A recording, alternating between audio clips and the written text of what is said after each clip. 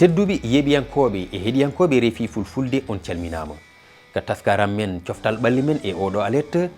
nogas e jeegom lewru sappo ɓuru men kala e toɓɓe tati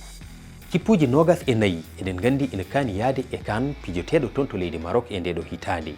kono hen sappo e nayyi e majji ko eltoɓe afrikiyankoɓe ɗo tadi ɗum noon tedduɓe ko ɓeydare mawde sendokori yiru e kan pijinoɗo to leydi Gabon hitande 2017 e kippuji sappo e jeegom janoɗi ɗi ko hen nayyi tande gonno ɗi eltoɓe Afrique ɗowno tedduɓe holko saabi nden ɗon ɓeydare holko waɗi ndeɗo iccilari e ɓe ganduɗa ko eltoɓe ɓe beela ko hoolari nde walla ko hoɗum men jewtide hen e ɓe ganduɗa ko hoɓɓe meɗen ko wana ɗum ha joni leydi Maroc keddotoɗen kippu mabɓe sukaɓe ɓe duuɓi nogas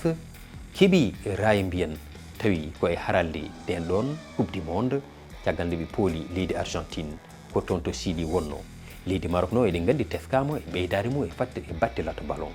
min ƴeew holko saabi holɗo ɓe ndiw beela ɓe mbawa wonande yiru ko heddi ko e leydi Afrique sikki ala min gaynu e Ligue des Champions gulet bandiraɓe ñande talata ɓennuɗo o on jii e kawre jeenayyi baɗɗi bituji 43 loggama hen ɗum meeɗani wadde e tariki goɗo foletiru min dippu hen dippiden hen e hoɓɓe meɗen wote jejjite oɗon mbawi rewdade yewtere nde e dendagal médiaji meɗen rende Facebook YouTube TikTok ha e WhatsApp kama e dendagal lowe men tedduɓe wotendire ko ɗo waɗata RFI fulfulde